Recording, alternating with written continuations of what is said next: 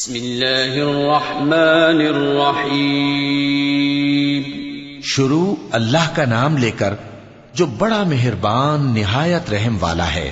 تبارک الذی نزل الفرقان على عبده ليكون للعالمین نذیرا الذی له ملک السماوات والأرض ولم يتخذ ولدا ولم يكن له شریک في الملک وخلق كل شيء فقدره تقديرا واتخذوا من دونه آلهة لا يخلقون شيئا وهم يخلقون ولا يملكون لأنفسهم ضرا ولا نفعا ولا يملكون موتا ولا حياة ولا نشورا۔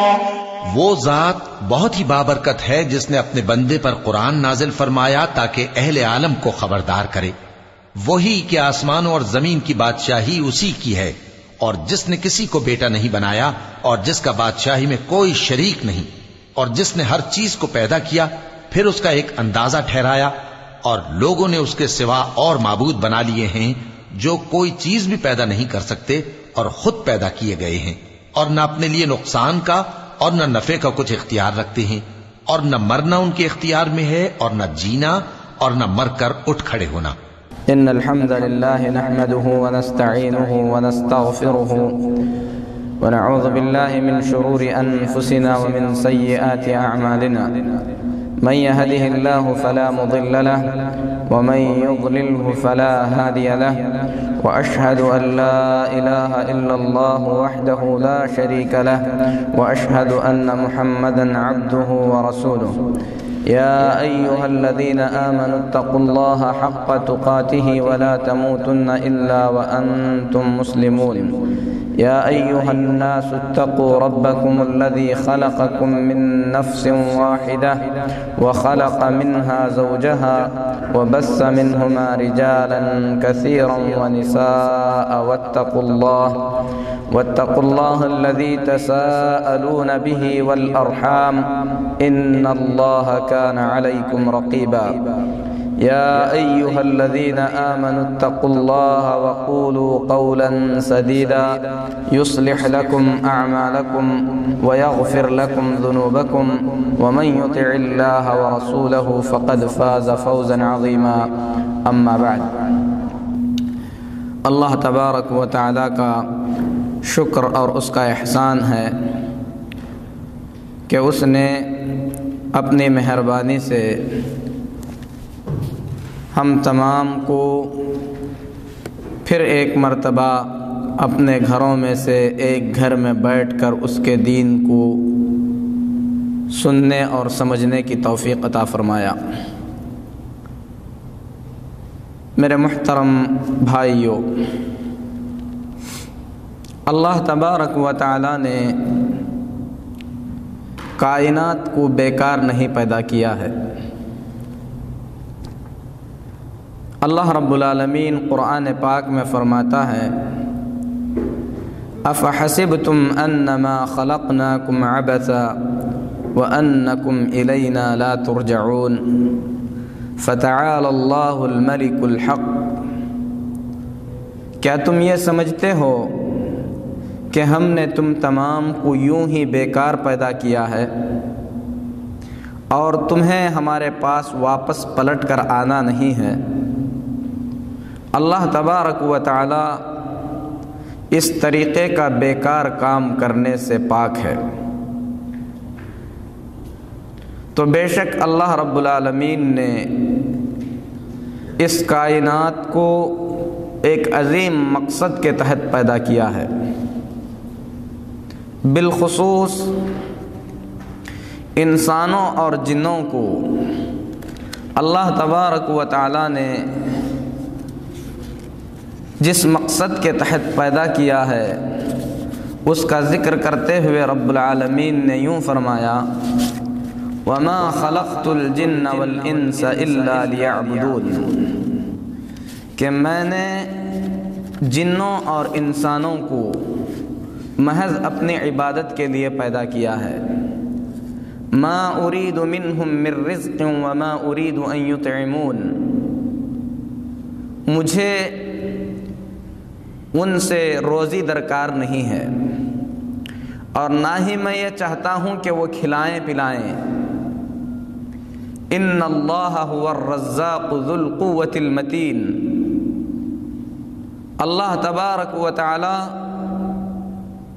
بہت ہی زیادہ روزی دینے والا، زبردست قوت والا ہے۔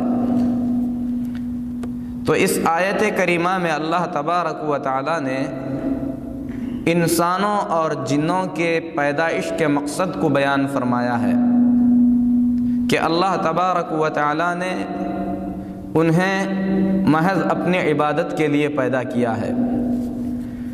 حضرت علی رضی اللہ تعالی عنہ اس آیت کریمہ کی تفسیر میں بیان فرماتے ہیں کہ اللہ رب العالمین فرماتا ہے کہ میں نے جنوں اور انسانوں کو اس لیے پیدا کیا لِآمُرَهُمْ بِطَاعَتِي وَأَنْهَاهُمْ عَنْ مَعْصِيَتِي، تاکہ میں انہیں اپنی اطاعت اور فرما برداری کا حکم دوں، میری بات ماننے کا انہیں حکم دوں، وَأَنْهَاهُمْ عَنْ مَعْصِيَتِي، اور انہیں میں اپنی نافرمانی سے روکوں۔ تو اللہ تبارک و تعالی نے انسانوں اور جنوں کو پیدا اس لیے فرمایا تاکہ اللہ تبارک و تعالی انہیں حکم دے سکے، انہیں کسی چیز کے کرنے سے منع فرما سکے۔ اسی کو اسلام کہتے ہیں۔ اللہ تبارک و تعالی نے انسانوں اور جنات کو محض اپنی عبادت کے لیے پیدا کیا ہے، اور عبادت کا سلیقہ سکھانے کے لیے، عبادت کا ڈھنگ بتلانے کے لیے اللہ تبارک و تعالی نے ہر زمانے میں، ہر دور میں رسول اور پیغمبر بھیجے ہیں۔ قرآن پاک میں اللہ رب العالمین فرماتا ہے وَإِن مِّنْ أُمَّةٍ إِلَّا خَلَا فِيهَا نَذِيرٌ، کوئی جماعت ایسی نہیں گزری ہے جس میں ڈرانے والا نہ بھیجا گیا ہو۔ یعنی جتنی امتیں دنیا سے گزر چکی ہیں، اللہ فرماتا ہے کہ ہر امت میں اللہ تبارک و تعالی نے اپنے ڈرانے والے پیغمبروں کو بھیجا ہے۔ اور دوسری جگہ پر رب العالمین فرماتا ہے وَلَقَدْ بَعَثْنَا فِي كُلِّ أُمَّةٍ رَسُولًا، ہم نے ہر امت میں، ہر جماعت میں رسول بھیجے۔ یعنی اللہ تبارک و تعالی نے ہر امت اور ہر جماعت میں رسولوں اور پیغمبروں کو بھیجا ہے۔ پیغام کیا تھا؟ رب العالمین نے آگے بیان فرمایا ان اعبدوا اللہ واجتنبوا الطاغوت، کہ تم سب کے سب اللہ تبارک و تعالی کی عبادت کرو، طاغوت کی بندگی سے بچو، طاغوت کی عبادت سے بچو۔ تو اللہ رب العالمین نے ہر دور میں انبیاء اور رسول بھیجے۔ تمام انبیاء اور تمام رسولوں کو اللہ تبارک و تعالی نے جس دستور اور جس پیغام کے ساتھ بھیجا، وہ پیغام اسلام ہے۔ اس کی دلیل رسول اللہ صلی اللہ علیہ وسلم کا یہ فرمان ہے جسے امام مسلم رحمۃ اللہ علیہ نے حضرت ابو ہریرہ رضی اللہ تعالی عنہ سے روایت کیا ہے۔ فرماتے ہیں کہ رسول اللہ صلی اللہ علیہ وسلم نے فرمایا انا اول الناس بعیسی بن مریم، عیسیٰ بن مریم کے زیادہ قریب میں ہوں، عیسیٰ بن مریم کا زیادہ حقدار میں ہوں۔ صحابہ نے کہا وکیف ذلک یا رسول اللہ، اے اللہ کے رسول صلی اللہ علیہ وسلم یہ کس طریقے سے ممکن ہے؟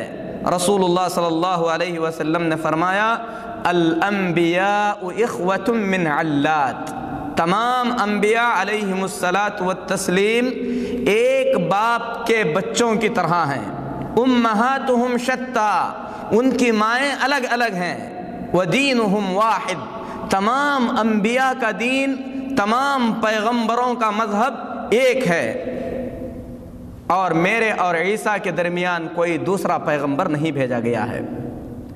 وہ دین جسے اللہ کے انبیاء اور اللہ کے رسول لے کر آئے تھے، وہ دین کیا ہے؟ وہ دین اسلام ہے۔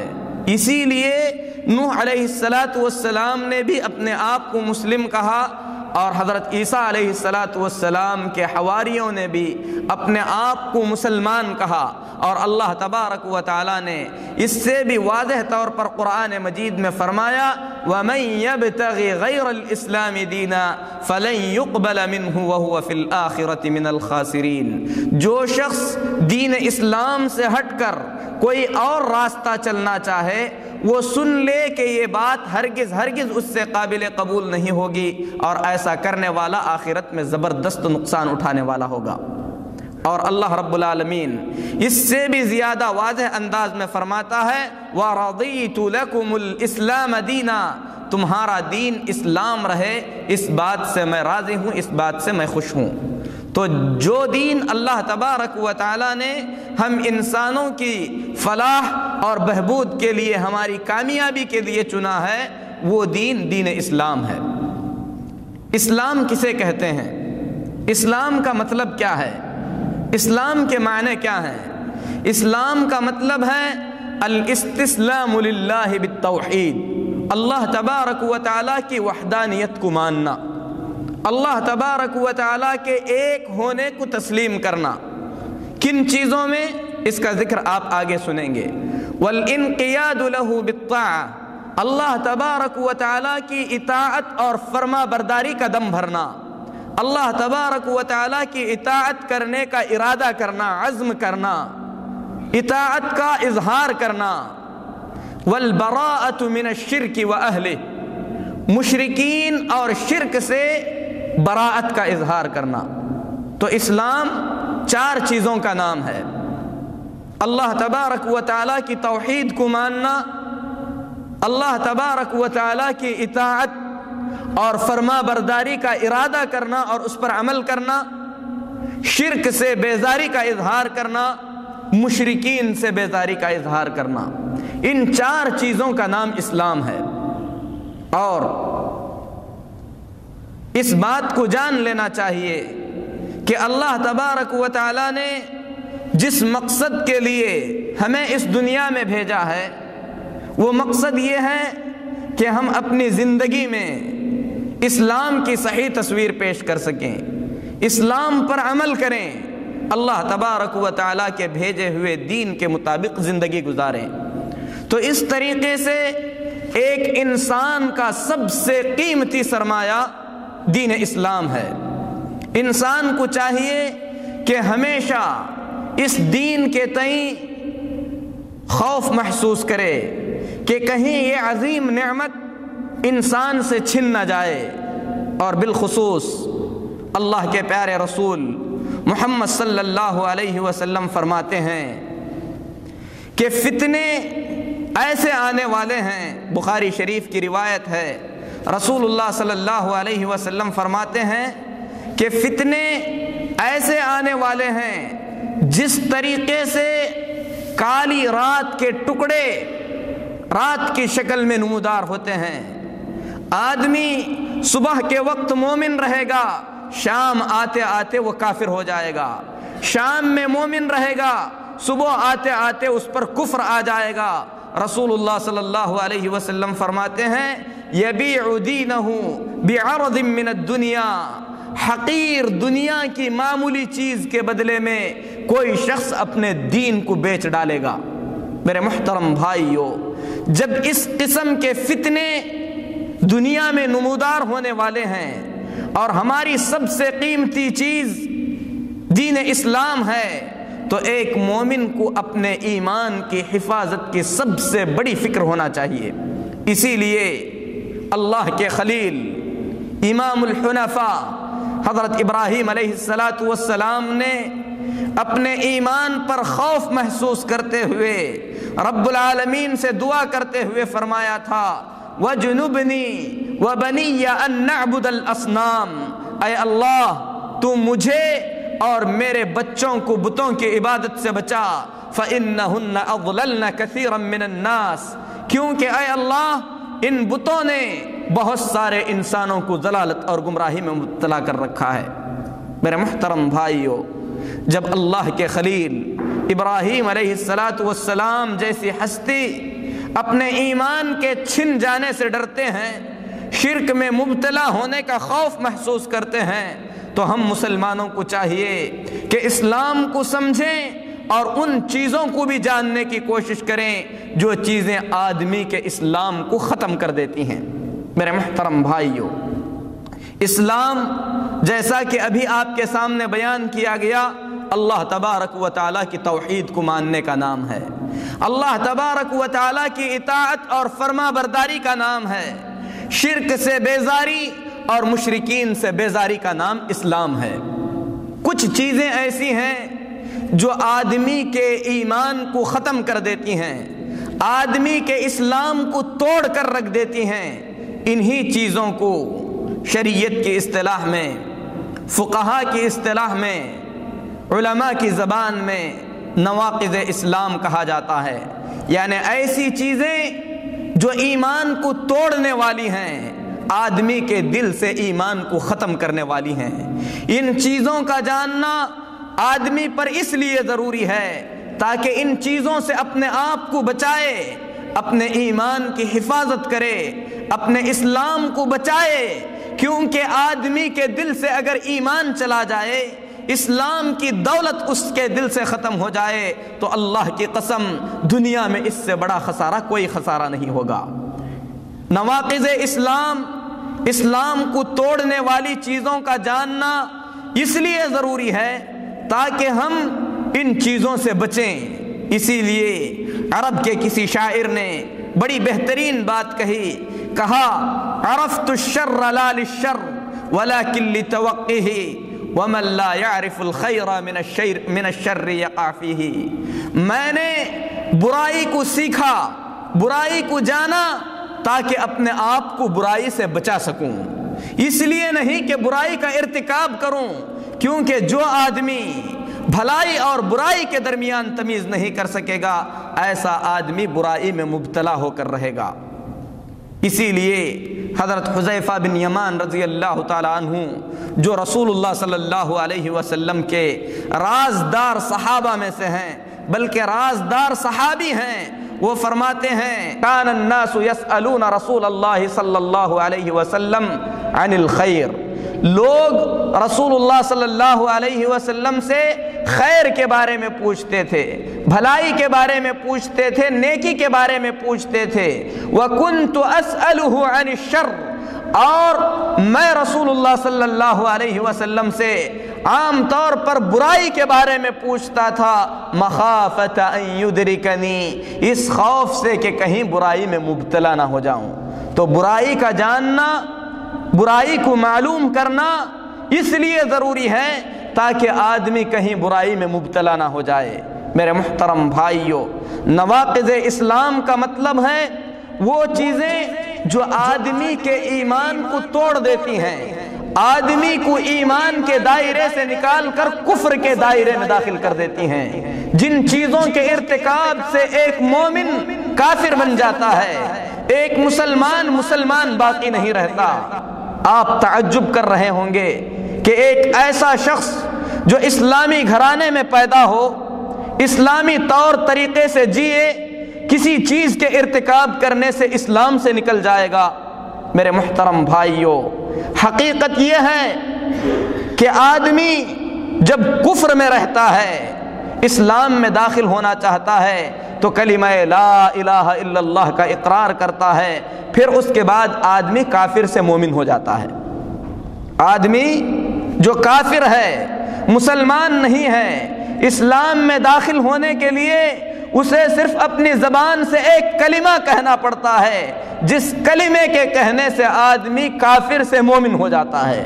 بالکل اسی طریقے سے بہت سے ایسے کلمات ہیں جو کفریہ کلمات ہیں، جن کلمات کے کہنے سے ایک مومن ایمان سے کفر کے دروازے میں داخل ہو جاتا ہے، اسلام کا قلادہ اپنے گلے سے نکال کر پھینک دیتا ہے۔ ان چیزوں کا جاننا، ان چیزوں کا سمجھنا انتہائی ضروری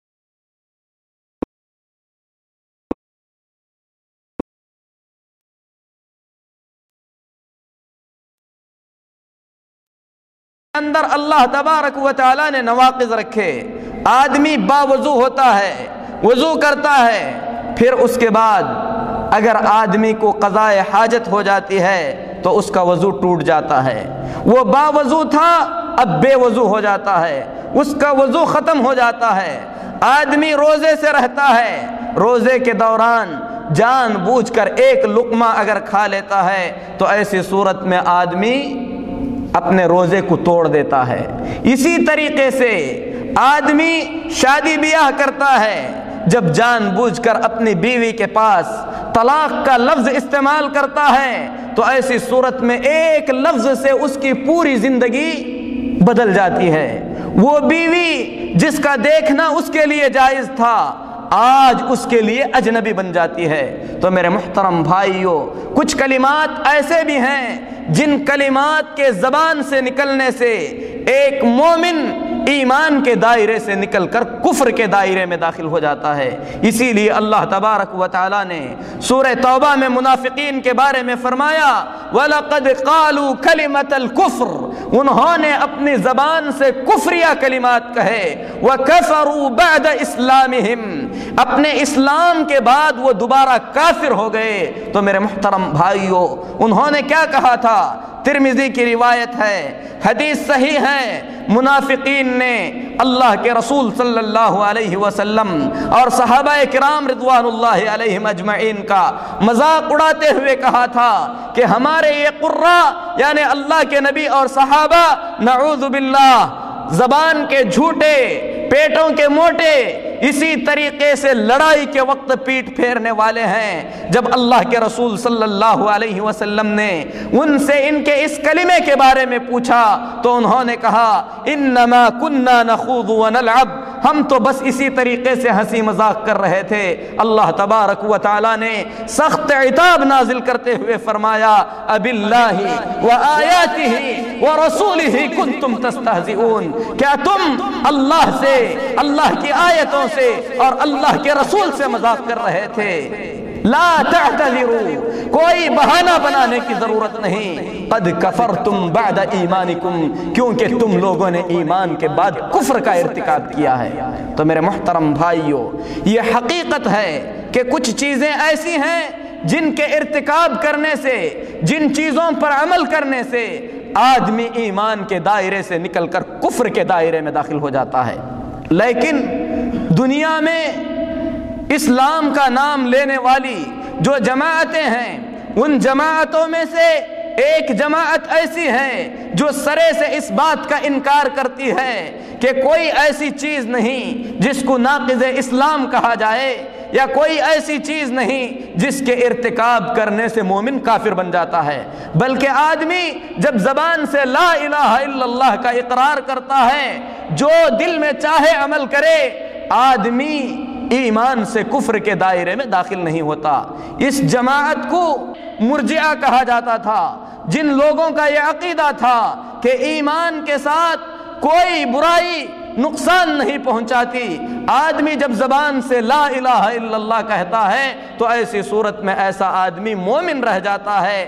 دوسرے گناہیں، معمولی چیزیں، کفریہ باتیں آدمی کو نقصان نہیں پہنچاتی، کیونکہ آدمی کا ایمان اس کے دل میں ہوتا ہے اور اعمال کا اس پر کوئی فرق نہیں پڑتا۔ میرے محترم بھائیوں، در حقیقت یہ جماعت ضلالت اور گمراہی میں ہے، کیونکہ اس جماعت نے اللہ تبارک و تعالیٰ کے بہت ساری آیتوں کا انکار کیا، نبی کریم صلی اللہ علیہ وسلم کی بہت سی احادیث کا انکار کیا۔ تو یہ حقیقت ہے کہ ایمان کے بعد آدمی اگر بد احتیاطی کرے تو ایسی صورت میں کفر میں مبتلا ہو سکتا ہے۔ نواقض اسلام بہت زیادہ ہیں، لیکن مختصر طور پر میں آپ لوگوں کے سامنے انشاءاللہ کوشش کروں گا کہ آج کے اس درس میں، آج کے اس پروگرام میں نواقض اسلام میں سے 2 چیزوں کو تفصیل کے ساتھ بیان کروں، اور میں اللہ تبارک و تعالیٰ سے سب سے پہلے دعا کرتا ہوں کہ اللہ تبارک و تعالیٰ ہم تمام کو اس سے بچائے۔ نواقض اسلام میں سے کچھ چیزیں ایسی ہیں جن کے زبان سے کہنے سے آدمی کافر ہو جاتا ہے، کچھ چیزیں ایسی ہیں جن کو آدمی اپنے ہاتھ پیر سے کرتا ہے تو ایسی صورت میں آدمی کافر ہو جاتا ہے۔ مثال کے طور پر وہ عبادتیں جو اللہ کے لیے خاص ہیں، ان عبادتوں کو اللہ کے علاوہ کسی اور کے لیے کیا جائے تو آدمی دائرہ اسلام سے نکل کر دائرہ کفر میں داخل ہو جاتا ہے۔ اسی طریقے سے کچھ چیزیں ایسی ہیں جن کا اعمال سے کوئی تعلق نہیں ہے، زبان سے بھی کوئی تعلق نہیں ہے، لیکن دل میں آدمی اس کا عقیدہ رکھتا ہے تو ایسی صورت میں آدمی مومن باقی نہیں رہتا۔ منافقین کے بارے میں اللہ تبارک و تعالی فرماتا ہے اذا جاءك المنافقون قالوا نشهد انك لرسول اللہ، جب منافقین آپ کے پاس آئے کہنے لگے کہ ہم شہادت دیتے ہیں کہ آپ اللہ کے رسول ہیں، اللہ فرماتا ہے اللہ جانتا ہے کہ آپ اللہ کے رسول ہیں، اور اللہ اس بات کی شہادت دیتا ہے کہ منافقین اپنے دعوے میں جھوٹے ہیں۔ دوسری جگہ پر اللہ تبارک و تعالی نے فرمایا یقولون بألسنتہم ما لیس فی قلوبہم، کیونکہ یہ اپنی زبانوں سے وہ باتیں کہتے ہیں جو ان کے دل میں نہیں ہیں۔ تو میرے محترم بھائیو، آدمی زبان سے کلمہ لا الہ الا اللہ کا اقرار کرے، اسلام کا اقرار کرے، لیکن دل میں اسلام کے خلاف عقیدہ ہے تو ایسی صورت میں ایسا آدمی مومن باقی نہیں رہتا۔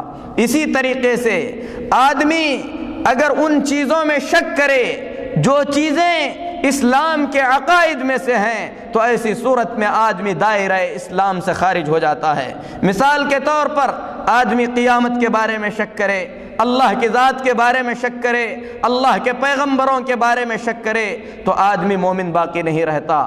تو مختصر یہ کہ نواقض اسلام کو توڑنے والی چیزیں کچھ ایسی ہیں جن کا تعلق آدمی کی زبان سے ہے، کچھ ایسی ہیں جن کا تعلق انسان کے اپنے اعضاء اور جوارح سے ہے، کچھ ایسی ہیں جن کا تعلق آدمی کے عقیدے اور دل سے ہے۔ تو میرے محترم بھائیو، ان تمام چیزوں کو تفصیل سے جان کر انسان کو چاہیے کہ ان تمام نواقض سے اپنے آپ کو بچائے رکھے۔ میرے محترم بھائیو، ان نواقض میں سب سے پہلی چیز جو داخل ہوتی ہے یعنی آدمی کے ایمان کو توڑنے والی چیزیں، ایسی چیزیں جن سے آدمی کا ایمان ختم ہو جاتا ہے، ان میں سب سے پہلی چیز ہے اللہ تبارک و تعالیٰ کے ساتھ کسی اور کو شریک کرنا۔ اللہ تبارک و تعالیٰ کے ساتھ کسی اور کو شریک کرنا۔ اللہ تبارک و تعالیٰ کے ساتھ کس چیز میں شریک کیا جائے اور کس کو شریک کیا جائے، یہ دو حصے ہیں۔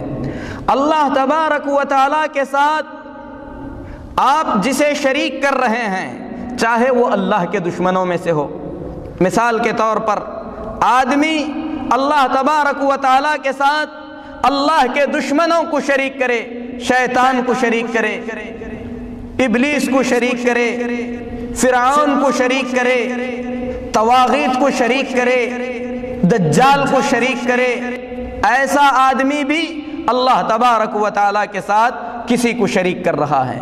اسی طریقے سے اللہ تبارک و تعالیٰ کے ساتھ اللہ کی عام مخلوقات میں سے کسی مخلوق کو شریک کرے، مثلا کسی پتھر کو، کسی درخت کو، اسی طریقے سے سورج کو، چاند کو، جو اللہ کے عام مخلوقات ہیں، ان مخلوقات میں سے کسی کو شریک کرے، ایسا بھی آدمی مشرک ہے۔ اسی طریقے سے اللہ تبارک و تعالیٰ کے ساتھ اگر کوئی شخص اللہ کے نیک بندوں کو شریک کر رہا ہے، ایسا آدمی بھی مشرک ہے، ایسا آدمی بھی دائرہ اسلام سے نکل کر کفر کے دائرے میں داخل ہو جاتا ہے۔ اللہ تبارک و تعالیٰ کے ساتھ کسی کو بھی شریک کیا جائے، اللہ تبارک و تعالیٰ کو یہ چیز پسند نہیں ہے۔ شریک آپ جسے کر رہے ہیں، اگر وہ پتھر ہے وہ بھی شرک کہلائے گا، اگر وہ بت ہے وہ بھی شرک کہلائے گا، اگر وہ اللہ کے دشمنوں میں سے کوئی دشمن ہے یہ بھی شرک کہلائے گا، اسی طریقے سے اللہ کے نیک بندوں میں سے کوئی نیک بندہ ہے تو یہ بھی شرک کہلائے گا، اور گناہ کے اعتبار سے سب کے سب ایک ہی جیسے ہیں اور سب کے سب مشرک کہلائیں گے۔ اللہ تبارک و تعالی اپنے ساتھ کسی شریک کو پسند نہیں کرتا، چاہے وہ شریک اللہ تعالیٰ کے نیک بندوں میں سے ہو یا اللہ تبارک و تعالیٰ کے دشمنوں میں سے۔ اسی طریقے سے اللہ تبارک و تعالیٰ کے ساتھ کن چیزوں میں شریک کیا جائے؟ اللہ تبارک و تعالیٰ کی ربوبیت میں، ربوبیت کا مطلب کیا ہے؟ ربوبیت کا مطلب یہ ہے کہ رب تنہا اکیلا اللہ تعالیٰ ہے، پیدا کرنے کا اختیار صرف اللہ کو ہے، پیدا کر سکتا ہے تو اللہ پیدا کر سکتا ہے، حقیقی مالک ہے تو بس اکیلا اللہ تبارک و تعالیٰ ہے، دنیا کا نظام چلانے والا ہے تو بس اکیلا اللہ تبارک و تعالیٰ ہے۔ اللہ تبارک و تعالیٰ ہر چیز کو پیدا کیا ہے۔ اگر آدمی یہ عقیدہ رکھے کہ سورج کسی چیز کے پیدا کرنے پر قادر ہے تو وہ مشرک ہے، اگر آدمی یہ عقیدہ رکھے کہ فلاں درخت کسی چیز کے پیدا کرنے پر قادر ہے، ایسا آدمی مشرک ہے، دائرہ اسلام سے نکل کر کفر کے دائرے میں داخل ہو جاتا ہے۔ اگر آدمی یہ عقیدہ رکھے کہ فلاں بت کسی چیز کے پیدا کرنے پر قادر ہے تو ایسا آدمی دائرہ اسلام سے نکل کر کفر کے دائرے میں داخل ہو جاتا ہے۔ اسی طریقے سے اللہ کے نیک بندوں کے بارے میں آدمی یہ عقیدہ رکھے کہ کسی چیز کے پیدا کرنے پر انہیں قدرت ہے تو ایسا آدمی بھی دائرہ اسلام سے کفر کے دائرے میں داخل ہو جاتا ہے۔ اور بھی وضاحت کے ساتھ میرے محترم بھائیوں، اگر ہم میں سے کوئی شخص یہ عقیدہ رکھے کہ عیسیٰ علیہ السلام جن کو اللہ تبارک و تعالیٰ نے بغیر باپ کے پیدا کیا ہے کسی چیز کے پیدا کرنے پر قادر ہیں تو ایسی صورت میں ہم مسلمان باقی نہیں رہتے۔ قرآن پاک میں اللہ تبارک و تعالیٰ فرماتا ہے اللہ خالق کل شیء، ہر چیز کو پیدا کرنے والا اکیلا اللہ تبارک و تعالیٰ ہے۔ اسی طریقے سے دوسری جگہ پر رب العالمین فرماتا ہے الا لہ الخلق والامر، سنو ہر چیز کے پیدا کرنے کا اختیار اللہ کو ہے، ہر چیز کے نظام چلانے کا اختیار اللہ تبارک و تعالیٰ کو ہے۔ تبارک اللہ، اللہ تبارک و تعالیٰ بڑی برکت والا ہے، رب العالمین تمام جہانوں کا رب ہے۔ تو میرے محترم بھائیوں، اگر کوئی یہ عقیدہ رکھے کہ اللہ کے سوا کسی اور کو بھی پیدا کرنا آتا ہے یا پیدا کرنے کی طاقت رکھتا ہے تو ایسی صورت میں آدمی مومن سے کافر ہو جاتا ہے۔ اسی طریقے سے آدمی یہ عقیدہ رکھے کہ دنیا کا نظام اللہ تبارک و تعالیٰ بھی چلاتا ہے اور اللہ کے ساتھ بہت سے اللہ کے بندے ہیں دنیا کے نظام کو چلاتے ہیں تو ایسا آدمی بھی دائرہ اسلام سے نکل کر کفر کے دائرے میں داخل ہو جاتا ہے، کیونکہ پیدا کرنا، دنیا کے نظام کو چلانا، ہر چیز کی حقیقی ملکیت یہ صرف اللہ تبارک و تعالیٰ کی خاصیت ہے۔ اس خاصیت میں اللہ تبارک و تعالیٰ کا کوئی شریک نہیں ہے۔ قرآن مجید کا اعلان سن لیجئے، رب العالمین فرماتا ہے افاتخذتم من دونہ اولیاء، کیا تم نے اللہ کے سوا بہت سارے اولیاء بنا لیے ہیں؟ قرآن کے الفاظ ہیں افاتخذتم من دونہ اولیاء، کیا تم نے اللہ کے سوا اور بھی اولیاء بنا لیے ہیں؟ لا یملکون لانفسہم نفعا ولا ضرا، یہ اپنے آپ کے نفع اور نقصان کے بھی مالک نہیں ہیں۔ قل، اے محمد صلی اللہ علیہ وسلم لوگوں میں کہہ دیجئے هل يستوي الاعمى والبصیر، کیا اندھا اور بینا دونوں برابر ہو سکتے ہیں؟ اندھا اور بینا دونوں کبھی برابر نہیں ہو سکتے۔ اسی طریقے سے اللہ تبارک و تعالی اور اللہ کی مخلوق دونوں ہرگز برابر نہیں ہو سکتے۔ هل تستوي الظلمات والنور، اے محمد صلی اللہ علیہ وسلم ان سے پوچھئے کہ کیا تاریکی اور روشنی دونوں برابر ہو سکتے ہیں؟ ہرگز نہیں ہو سکتے۔ ام جعلوا للہ شرکاء، کیا انہوں نے اللہ تبارک و تعالیٰ کے بہت سے پارٹنر بنا رکھے ہیں، بہت سارے شریک بنا رکھے ہیں؟ انہوں نے اللہ تبارک و تعالیٰ کے بہت سے حصے دار اور ساجی بنا رکھے ہیں۔ خلقوا کخلقہ، وہ بھی اسی طریقے سے پیدا کرتے ہیں جس طریقے سے اللہ تبارک و تعالیٰ پیدا کرتا ہے۔ فتشابہ الخلق علیہم، اس کے بعد اللہ کی پیدا کی ہوئی چیزیں اور اللہ کے ان ولیوں کی پیدا کی ہوئی چیزیں ان لوگوں پر مشتبہ ہو گئی ہیں۔ اے محمد صلی اللہ علیہ وسلم آپ فرما دیجئے اللہ خالق کل شیء، اللہ تبارک و تعالی تنہا اکیلا ہر چیز کو پیدا کرنے والا ہے۔ وَهُوَ الْوَاحِدُ الْقَهَّارُ، اللہ تبارک و تعالی اکیلا اور زبردست ہے۔ میرے محترم بھائیو، قرآن مجید کی یہ آیت آدمی غور کرے کہ اللہ تبارک و تعالی کس وضاحت کے ساتھ اپنی ربوبیت کو بیان فرما رہا ہے کہ رب تنہا اکیلا اللہ تعالی ہے، پیدا کرنے کا اختیار صرف اللہ کو ہے، پیدا کر سکتا ہے تو اللہ پیدا کر سکتا ہے، حقیقی مالک ہے تو بس اکیلا اللہ تبارک و تعالی ہے، دنیا کا نظام چلانے والا ہے تو بس اکیلا اللہ تبارک و تعالی ہے۔ اسی حقیقت کو یوسف علیہ السلام نے جیل میں دعوت کرتے ہوئے فرمایا تھا، اَأَرْبَابٌ مُتَفَرِّقُونَ خَيْرٌ أَمِ اللَّهُ الْوَاحِدُ الْقَهَّارُ، کہ اے قیدی ساتھیو بتاؤ مختلف معبود زیادہ بہتر رہیں گے یا ایک معبود جو زبردست قوت والا ہے وہ بہتر رہے گا؟ بارش کا الگ معبود رہے، بچے دینے والا الگ رہے، روزی دینے والا الگ رہے، یہ زیادہ بہتر ہے یا زبردست طاقت والا اکیلا اللہ تبارک و تعالی رہے، یہ زیادہ بہتر ہے؟ میرے محترم بھائیو، ابھی قرآن مجید کی آیت آپ لوگوں کے سامنے پڑھی گئی جس میں اللہ تبارک و تعالی نے تخلیق انس و جن کے مقصد کو بیان کرنے کے بعد فرمایا، ما اريد منهم من رزق وما اريد ان يطعمون، میں اپنی مخلوق سے روزی نہیں چاہتا، میں یہ نہیں چاہتا کہ وہ کسی کو کھلائیں، ان اللہ هو الرزاق، روزی دینے والا اکیلا اللہ تبارک و تعالی ہے، ذو القوت المتین، زبردست قوت اور زبردست طاقت والا ہے۔ میرے محترم بھائیو، رزاق اگر اللہ تبارک و تعالی ہے تو میرے محترم بھائیو اس کے بعد ہمیں کسی اور کی چوکھٹ سے کیا مل سکتا ہے؟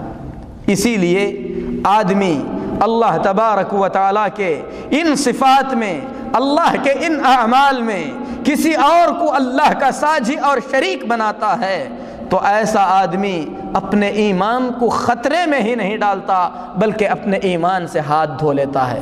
اگر آدمی یہ عقیدہ رکھتا ہے کہ اللہ تبارک و تعالیٰ کے علاوہ اللہ کے اولیاء، اللہ کے نیک بندے بھی دنیا کا نظام چلاتے ہیں تو یہ اللہ کی ربوبیت میں شرک ہوگا، جس سے آدمی اسلام کے دائرے سے نکل کر کفر کے دائرے میں داخل ہو جائے گا۔ ہم اللہ سے دعا کرتے ہیں کہ اللہ تعالی ہمیں اس قسم کی ضلالت سے بچائے۔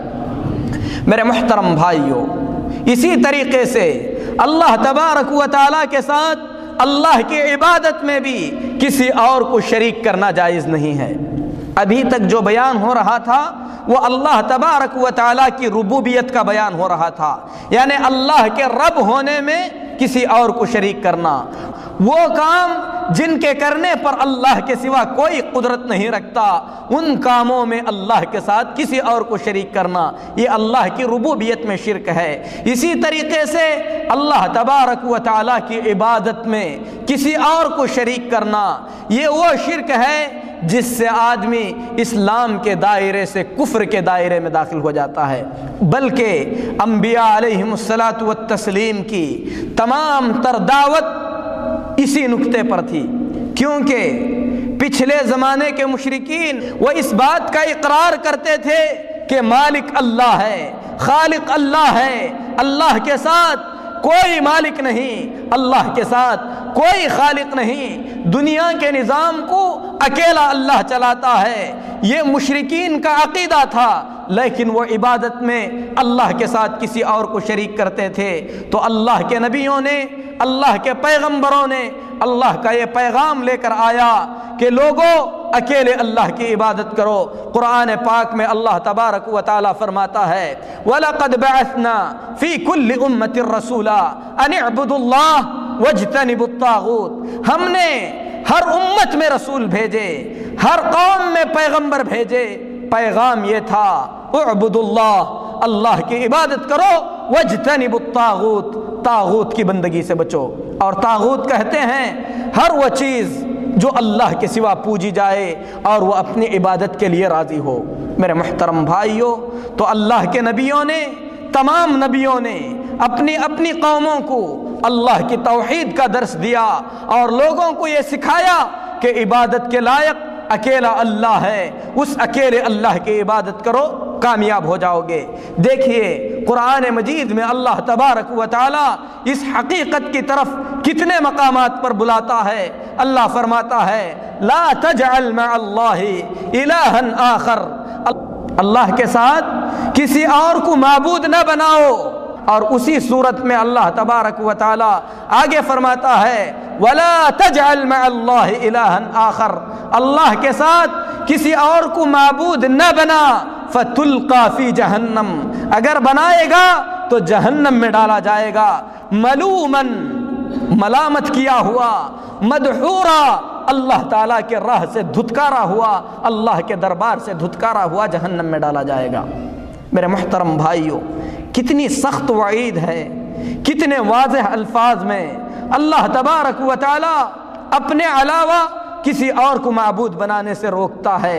اسی طریقے سے اللہ رب العالمین آگے فرماتا ہے فلا تدع مع اللہ الہا آخر، اللہ کے ساتھ کسی اور معبود کو مت پکار، فتکون من المعذبین، اگر ایسا کرے گا تو زبردست عذاب میں ڈالا جائے گا۔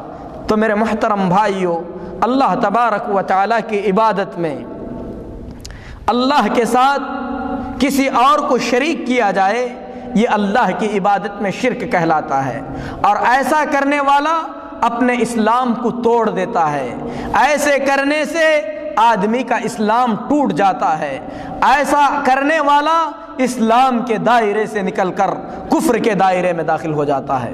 اس حقیقت کو ہم میں سے ہر شخص مانتا ہے، ہر شخص اس بات کو تسلیم کرتا ہے کہ عبادت اکیلے اللہ تعالیٰ کا حق ہے، اور یہ حق اللہ کے سوا کسی اور کو نہیں دیا جانا چاہیے۔ لیکن جب میدان عمل میں آتے ہیں، عملی زندگی میں آتے ہیں، تو بہت ساری عبادتیں بہت سے مسلمان اللہ کے علاوہ غیروں کے لیے بھی کرتے ہیں۔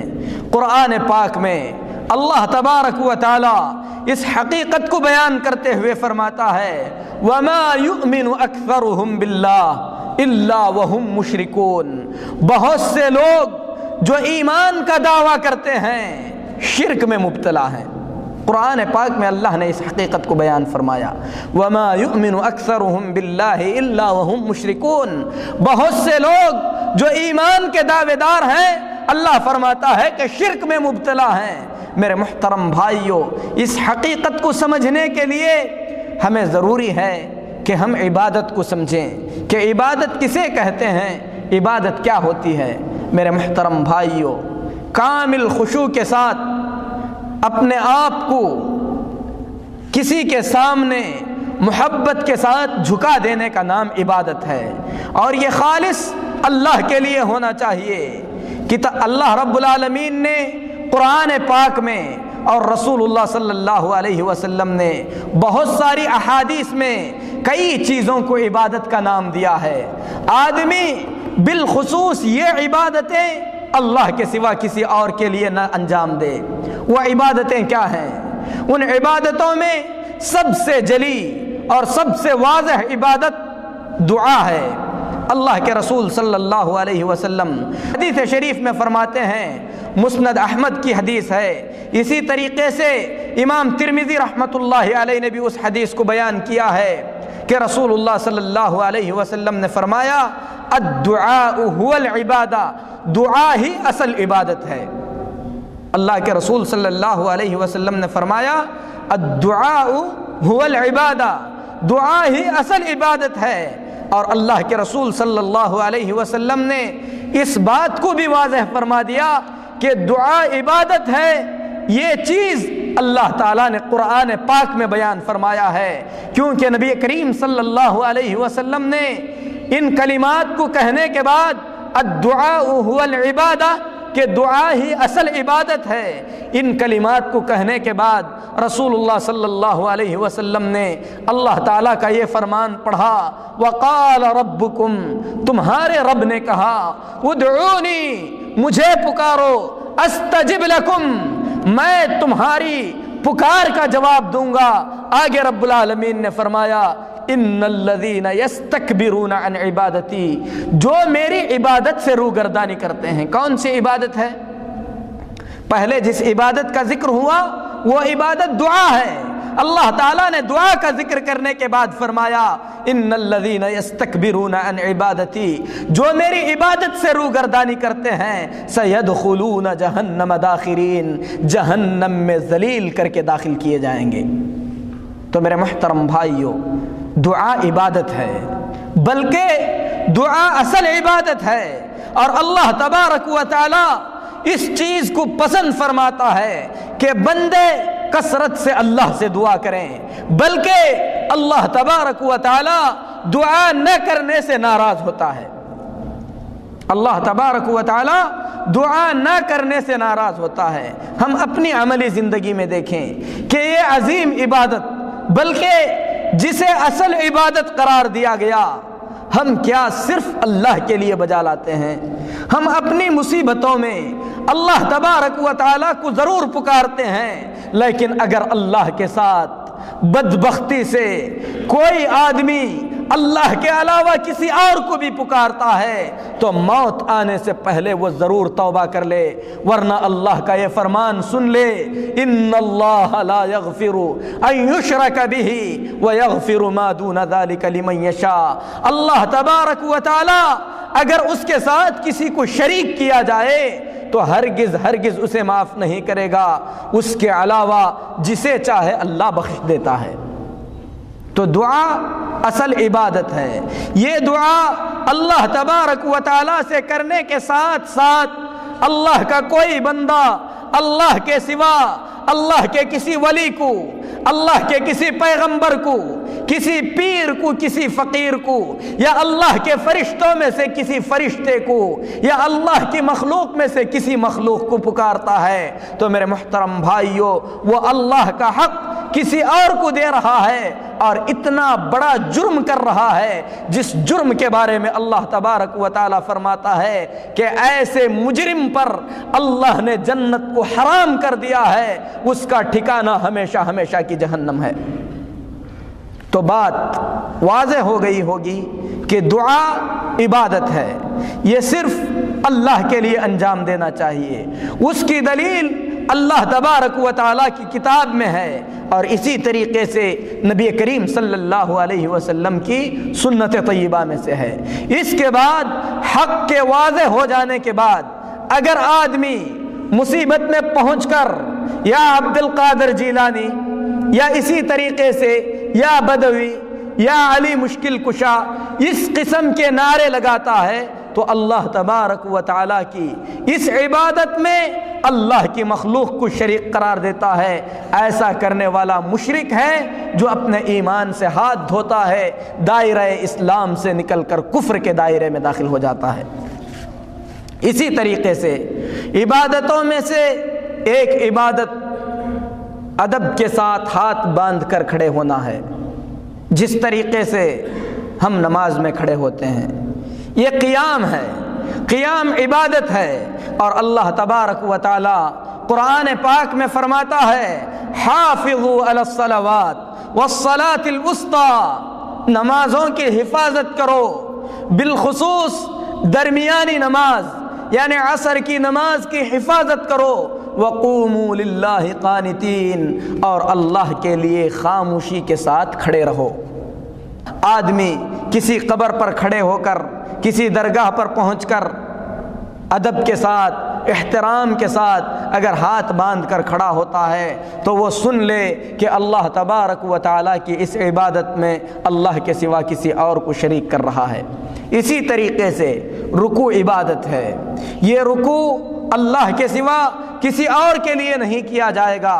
رب العالمین فرماتا ہے یا ایھا الذین آمنوا ارکعوا واسجدوا واعبدوا ربکم وافعلوا الخیر لعلکم تفلحون، اے ایمان والو رکوع کرو، سجدہ کرو، اپنے رب کی عبادت کرو۔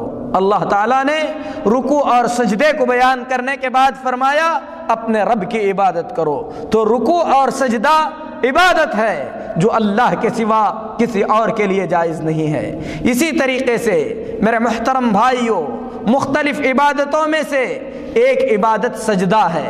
اللہ تبارک و تعالی اس عبادت کے سلسلے میں قرآن پاک میں فرماتا ہے وَمِنْ آيَاتِهِ اللَّيْلُ وَالنَّهَارُ، اللہ کی نشانیوں میں سے رات اور دن کا آنا جانا ہے۔ وَالشَّمْسُ وَالْقَمَرُ، اللہ کی نشانیوں میں سے سورج اور چاند ہے۔ اللہ فرماتا ہے لا تسجدوا للشمس، سورج کو سجدہ مت کرو، ولا للقمر، چاند کو سجدہ مت کرو، واسجدوا للہ الذی خلقہن، اس ذات عظیم کو سجدہ کرو جس نے ان تمام چیزوں کو پیدا کیا، ان کنتم ایاہ تعبدون، اگر حقیقت میں تم صرف اسی کی عبادت کرنے والے ہو۔ اگر کوئی حقیقت میں صرف اللہ کی عبادت کرنے والا ہے، اللہ تبارک و تعالیٰ کے اس فرمان کی روشنی میں سجدہ صرف اللہ کے لیے کرے۔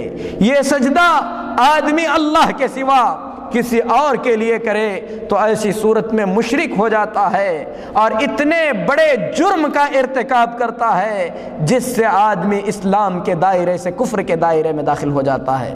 سجدہ نہ ماں کے لیے جائز ہے، نہ باپ کے لیے جائز ہے۔ اللہ کے رسول صلی اللہ علیہ وسلم فرماتے ہیں کہ امت میں کسی کے لیے سجدہ جائز ہوتا تو میں عورت کو حکم دیتا کہ اپنے شوہر کے لیے سجدہ کرے، لیکن سجدہ امت اسلامیہ میں کسی کے لیے جائز نہیں ہے۔ جب ماں باپ کے لیے سجدہ نہیں کر سکتے تو میرے محترم بھائیوں، کسی قبر پر پہنچ کر، کسی درگاہ پر پہنچ کر اگر آدمی سجدہ کرتا ہے تو اسے سوچ لینا چاہیے کہ اس نے اپنے ایمان کو وہیں چھوڑ دیا ہے، لہٰذا اسے فوراً اپنے اس جرم سے فوراً توبہ کرنا چاہیے۔ تو اللہ تبارک و تعالیٰ کی عبادتوں میں اللہ تبارک و تعالیٰ کو اللہ تبارک و تعالیٰ کے ساتھ کسی کو شریک نہیں کیا جائے گا۔ یہ ظاہری عبادتیں تھیں۔ کچھ عبادتیں ایسی ہیں جن کا تعلق آدمی کے دل سے ہے، جن کو اللہ کے سوا کوئی نہیں جانتا۔ آدمی یہ عبادتیں بھی اللہ کے علاوہ کسی اور کو نہ کریں۔ ان عبادتوں میں سے ایک عبادت خوف ہے۔ اللہ تبارک و تعالی قرآن پاک میں فرماتا ہے فلا تخافوہم، ان سے مت ڈرو، مجھ سے ڈرو۔ تو ایک مومن حقیقت میں اللہ تبارک و تعالی سے ڈرتا ہے۔ خوف ایک طبیعی اور فطری خوف ہے جو ہر آدمی محسوس کرتا ہے۔ ایسے خوف سے اللہ تبارک و تعالی نے منع نہیں فرمایا ہے۔ آدمی سانپ کو دیکھ لے، سامنے کسی درندے کو دیکھ لے، آدمی گھبرا جاتا ہے، خوف کھا جاتا ہے۔ یہ فطری خوف ہے۔ قرآن پاک میں اللہ تبارک و تعالی نے اس طریقے کا خوف اپنے انبیاء کے لیے بھی بیان فرمایا ہے کہ حضرت موسیٰ علیہ السلام نے جب لاٹھی کو زمین پر پھینکا سانپ بن گئی، حضرت موسیٰ علیہ السلام ڈر گئے۔ اسی طریقے سے جادوگروں نے جب سانپ بنائے، حضرت موسیٰ علیہ السلام کو میدان میں رینگتے ہوئے سانپ نظر آئے۔ اللہ تعالیٰ فرماتا ہے فَأَوْجَسَ فِي نَفْسِهِ خِيفَةً مُوسَىٰ، موسیٰ علیہ السلام کے دل میں ڈر محسوس ہونے لگا۔ ہم نے کہا لا تخف انک انت الاعلی، اے موسیٰ مت ڈرو، کامیابی تمہاری ہی ہوگی۔ لیکن جس خوف سے اللہ نے منع کیا وہ یہ ہے کہ آدمی اپنے دل میں یہ محسوس کرے کہ فلاں ولی کے لیے میں نے نظر مانا تھا، اگر یہ نظر پوری نہیں کروں گا تو ایسی صورت میں وہ میرا نقصان پہنچائیں گے، مجھے تکلیف دیں گے۔ اس قسم کا خوف اللہ تبارک و تعالی نے اس سے منع فرمایا ہے۔ اسی طریقے سے مختلف عبادتوں میں سے ایک عبادت امید ہے۔ اسی طریقے سے عبادتوں میں سے ایک عبادت نظر و نیاز کرنا ہے، عبادتوں میں سے ایک عبادت ذبح کرنا ہے۔ ذبح ایک عظیم عبادت ہے۔ اللہ تبارک و تعالیٰ نے قرآن پاک میں فرمایا فَصَلِّ لِرَبِّكَ وَانْحَرْ، اپنے رب کے لیے نماز پڑھو اور قربانی کرو۔ ابراہیم علیہ السلام نے کہا ان صلاتی ونسکی ومحیای ومماتی للہ رب العالمین، میری نماز، میری قربانی، میرا جینا، میرا مرنا سب اللہ کے لیے ہے جو تمام جہانوں کا رب ہے۔ تو میرے محترم بھائیوں، یہ عبادت ہے، اور اللہ کے رسول صلی اللہ علیہ وسلم فرماتے ہیں، مسلم شریف کی روایت ہے، حضرت ابو الطفیل رضی اللہ تعالیٰ عنہ، انہوں نے حضرت علی رضی اللہ تعالیٰ عنہ سے کہا کہ اگر اللہ کے رسول صلی اللہ علیہ وسلم نے آپ لوگوں سے کوئی خاص بات بتلائی ہے جس کا عام لوگوں سے آپ نے ذکر نہیں کیا ہے تو مجھے بھی بتلا دیجئے۔ حضرت علی رضی اللہ تعالیٰ عنہ نے کہا کہ اللہ کے نبی صلی اللہ علیہ وسلم نے تمام لوگوں سے ہٹ کر ہم کو کوئی خاص بات نہیں بتلائی ہے، لیکن میں نے رسول اللہ صلی اللہ علیہ وسلم سے یہ فرماتے ہوئے سنا ہے اللہ کی لعنت ہے ایسے آدمی پر جو اللہ کے علاوہ کسی اور کے نام کا جانور ذبح کرتا ہے، اللہ کی لعنت ہے ایسے آدمی پر جو اپنے ماں باپ پر لعنت کرتا ہے، اللہ کی لعنت ہے ایسے آدمی پر جو زمین کے نشانات کو مٹاتا ہے، یعنی اپنی زمین کو کشادہ کرنے کے لیے اپنے پڑوسی نے جو نشان رکھا ہے اس نشان کو کسی دوسرے جگہ پر رکھ دیتا ہے تاکہ اس کی زمین وسیع اور کشادہ ہو جائے، تو نبی کریم صلی اللہ علیہ وسلم نے ایسے آدمی پر لعنت فرمائی ہے۔ تو میرے محترم بھائیوں، ذبح ایک عبادت ہے جو اللہ تبارک و تعالیٰ کے علاوہ کسی اور کے لیے نہیں کی جا سکتی۔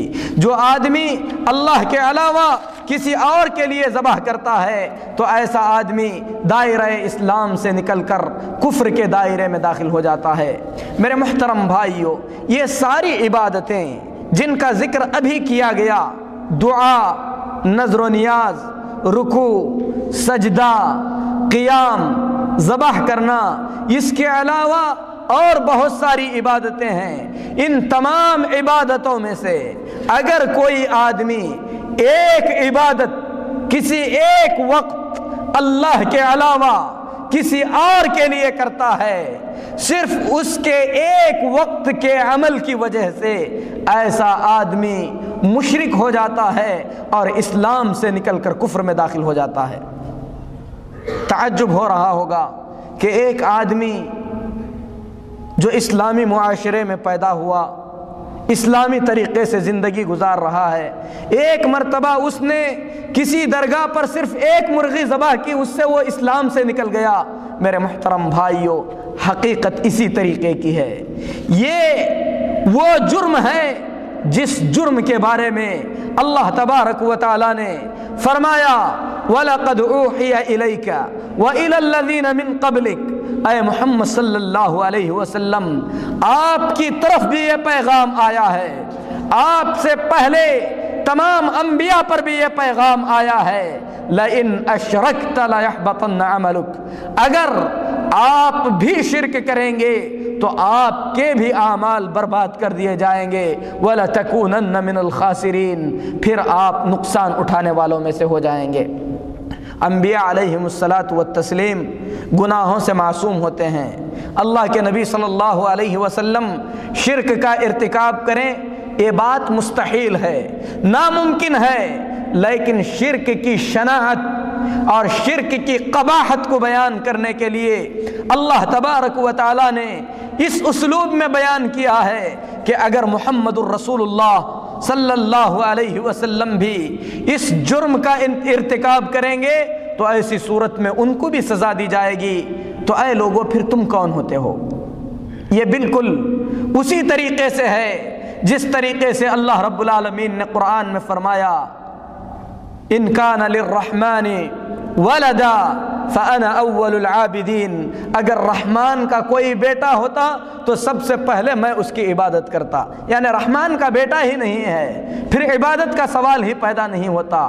تو میرے محترم بھائیوں، شرک کی شناعت، شرک کے جرم کو بیان کرنے کے لیے اللہ تعالیٰ نے فرمایا لئن اشرکت لیحبطن عملک، اے محمد صلی اللہ علیہ وسلم اگر آپ بھی شرک کریں گے آپ کے بھی اعمال برباد ہو جائیں گے۔ بل اللہ فاعبد، بس اکیلے اللہ کی عبادت کیجئے، وَكُن مِّنَ الشَّاكِرِينَ، اور اللہ کے شکر گزار بندوں میں سے ہو جائیے۔ اللہ کے رسول صلی اللہ علیہ وسلم نے اللہ تبارک و تعالیٰ کے اس فرمان پر بہت ہی زیادہ دقت کے ساتھ عمل کیا۔ اللہ کے نبی صلی اللہ علیہ وسلم اللہ سے سب سے زیادہ ڈرنے والے، اللہ تعالیٰ کی سب سے زیادہ عبادت کرنے والے تھے۔ آپ کے قدم نمازیں پڑھ کر سوج جاتے تھے۔ ام المؤمنین عائشہ صدیقہ رضی اللہ تعالیٰ عنہا نے فرمایا، اے اللہ کے نبی صلی اللہ علیہ وسلم اتنی مشقت کی کیا ضرورت ہے؟ رسول اللہ صلی اللہ علیہ وسلم نے فرمایا، افلا اکون عبدا شکورا، اے عائشہ کیا میں اللہ کا شکر گزار بندہ نہ بن جاؤں؟ تو اللہ تعالیٰ نے آپ کو عبادت کر کے شکریہ ادا کرنے کا حکم دیا۔ آپ صلی اللہ علیہ وسلم نے اپنی پوری زندگی میں اس پر عمل کیا۔ اس سے بھی زیادہ وضاحت کے ساتھ اللہ تعالیٰ کا یہ فرمان سنیے۔ اللہ تعالیٰ فرماتا ہے، وَوَهَبْنَا لَهُ إِسْحَاقَ وَيَعْقُوبَ، ہم نے انہیں یعنی ابراہیم علیہ السلام کو اسحاق اور یعقوب سے نوازا۔ وَكُلًّا هَدَيْنَا، اور سب کو ہم نے ہدایت اور رہنمائی فرمائی۔ وَنُوحًا هَدَيْنَا، اور ہم نے نوح کو بھی رہنمائی کی۔ اس سے پہلے وَمِن ذُرِّيَّتِهِ داؤد وسلیمان وایوب ویوسف وموسیٰ وہارون، اور ان کی ذریت میں سے ہم نے داؤد، سلیمان، ایوب، یوسف، موسیٰ اور ہارون علیہم الصلاۃ والتسلیم کو بخشا۔ کذالک نجزی المحسنین، اللہ فرماتا ہے کہ ہم محسنین کو ایسا ہی بدلہ دیتے ہیں۔ اس کے بعد اللہ تبارک و تعالی اور نبیوں کا ذکر فرماتا ہے، وزکریا ویحییٰ وعیسیٰ والیاس کل من الصالحین۔ زکریا، یحییٰ اور عیسیٰ اور الیاس یہ سب کے سب اللہ کے نیک بندوں میں سے تھے۔ واسماعیل والیسع ویونس ولوطا وکلا فضلنا علی العالمین، اللہ فرماتا ہے کہ اسماعیل، یسع، یونس اور لوط ان تمام نبیوں کو ہم نے ساری دنیا پر فضیلت بخشی۔ اس کے بعد اللہ تبارک و تعالی اور ذکر کر کے فرماتا ہے، وَلَوْ أَشْرَكُوا لَحَبِطَ عَنْهُمْ مَا كَانُوا يَعْمَلُونَ، اگر یہ سب کے سب بھی اللہ کے ساتھ شرک کرتے تو ان تمام کے اعمال بھی برباد کر دیے جاتے۔ کتنے انبیاء کا ذکر ہے، تمام نبیوں کا ذکر کر کے اللہ تعالیٰ فرماتا ہے کہ اگر یہ بھی شریک کرتے اللہ کے ساتھ کسی کو تو ان کے بھی اعمال برباد کر دیے جاتے۔ میرے محترم بھائیوں، اسی لیے رسول اللہ صلی اللہ علیہ وسلم نے فرمایا، من مات وهو يدعو من دون اللہ شیئا دخل النار، بخاری شریف کی روایت ہے۔ جو آدمی اس حالت میں مرے کہ اللہ کے ساتھ کسی بھی چیز کو پکارتا تھا، جو آدمی اللہ کے ساتھ کسی کو پکارتے ہوئے مرے، رسول اللہ صلی اللہ علیہ وسلم فرماتے ہیں دخل النار، ایسا کرنے والا جہنم میں داخل ہوگا۔ کسی کو بھی پکارتے ہوئے مرے، چاہے وہ پتھر کی شکل میں ہو، چاہے وہ درخت کی شکل میں ہو، چاہے وہ اولیاء کی شکل میں ہو، چاہے وہ انبیاء کی شکل میں ہو، چاہے وہ اللہ کے فرشتوں کی شکل میں ہو۔ صحابی جو اس روایت کو بیان کرتے ہیں فرماتے ہیں، وَمَن مَاتَ وَهُوَ لَا يَدْعُو مِن دُونِ اللَّهِ نِدًّا وَمَن مَاتَ وَهُوَ لَا يَدْعُو مِن دُونِ اللَّهِ نِدًّا دَخَلَ الْجَنَّةِ، جو آدمی اس حالت میں مرے کہ اللہ کے ساتھ کسی کو شریک نہیں کرتا تھا، یہ بشارت سن لے کہ ایسا آدمی ضرور جنت میں جائے گا۔ تو میرے محترم بھائیوں، نواقض اسلام یعنی اسلام کو توڑنے والی چیزوں میں سب سے پہلی اور سب سے بڑی چیز اللہ کے ساتھ کسی کو شریک کرنا ہے۔ وہ شریک اللہ کے نیک بندوں میں سے بھی ہو سکتا ہے، اللہ تبارک و تعالیٰ کے دشمنوں میں سے بھی ہو سکتا ہے۔